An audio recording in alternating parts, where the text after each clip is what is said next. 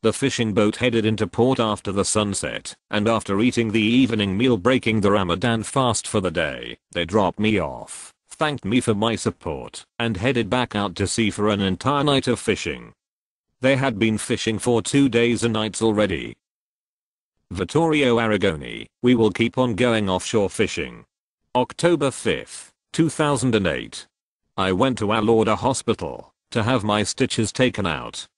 A fairly good scar now marks my skin for life, courtesy of Israel, the pattern like the teeth of a voracious mechanical shark that infests this sea, hunting his besieged victims, Palestinian fishermen. How much innocent blood will spill in the Gazan Sea? In these days of rough weather, I'm waiting for the sea to calm its anger and to allow us to go offshore again, to claim the violated right to live or at least survive with these people who are rightfully offshore harvesting their country's sea. There are many reasons why we go out fishing with Palestinian fishermen. Some of them are concrete, some others are more symbolic, but no less essential. One fishing day with us on board, according to the fisherman, is equivalent to 1 week of ordinary work offshore. Without internationals, they don't dare sail more than few miles from the port, where usually fishing is very poor. If they try to go further they risk death, or if they are lucky, just injury. It's worth remembering that before the siege was imposed by Israel, there were more than 3,500 fishermen working along the 40 kilometers of the Gazan coasts. Today just 700 of them are still trying to survive in a field which was used to be able to provide jobs for at least 40,000 people. If you consider mechanics, fishmongers, etc., as well as thousands of local fishermen that now are surviving with enormous difficulty. The day after one of our fishing actions, the fish are sold at the market at a knockdown price. When the volume of fish is bigger, prices go down, and more mouths will eat. The owners of some of the fishing boats, before we arrived, had the serious intention of selling them, because of the very high price of the fuel and the absence of a reliable future income. Since we arrived they've told us many times how our support, in addition to helping increase their incomes, has also acted as an injection of hope at a hopeless time. In addition to the clearly visible achievements obtained with our fishing actions, there are some others more symbolic but equally edifying. With Free Gaza and Liberty we opened the Gaza port. With the rudimentary Palestinian fishing boats, we try every day to open the sea, aware of the fact that this is not important only for the fishermen, but for all the Palestinians.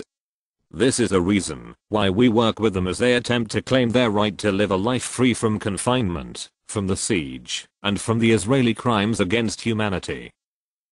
If the Israeli army believes they put me out of action by wounding me, I just want to make a statement for them: you're deluding yourselves.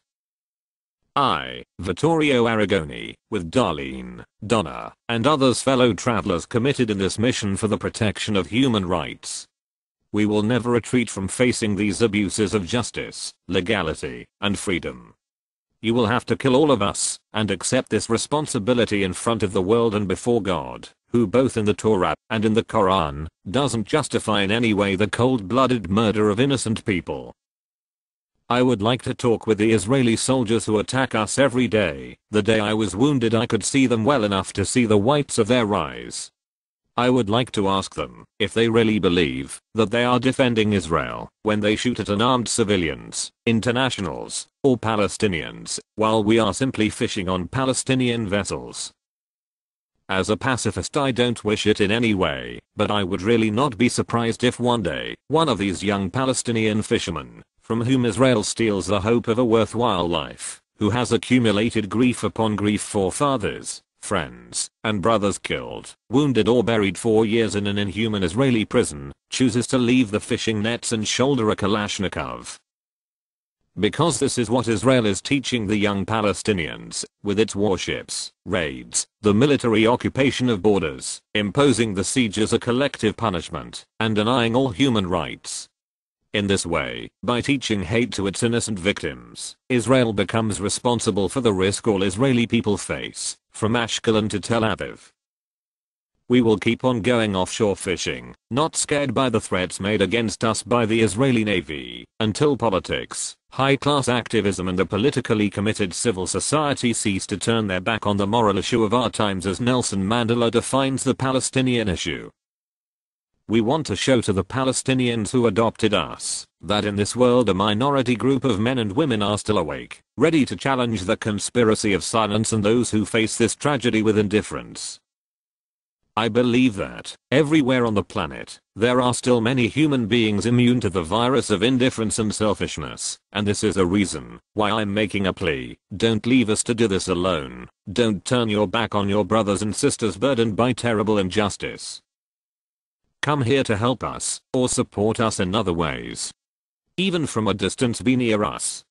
Stay human. Vittorio Arrigoni.